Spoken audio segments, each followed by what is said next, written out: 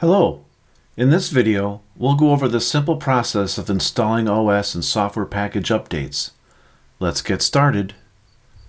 So on the Pi, we'll click on the terminal window, and when that opens, we'll press Ctrl-Shift+ a few times to make the font larger.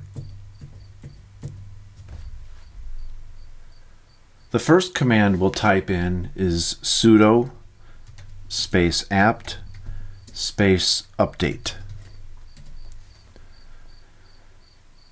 This command will update the package list stored on your Pi.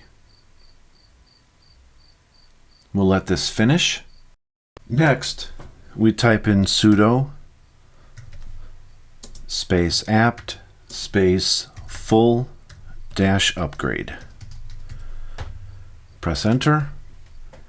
This command will run the actual updates as well as updating any dependent software packages. So I'll press Y to continue and let this run. We'll come back when it's complete.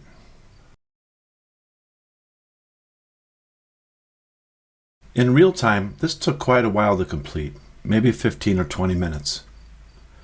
Run these commands regularly to keep your Pi up to date, which will also reduce the amount of time it takes to update the Pi. That's all there is to it. Thank you very much for watching. Stay creative.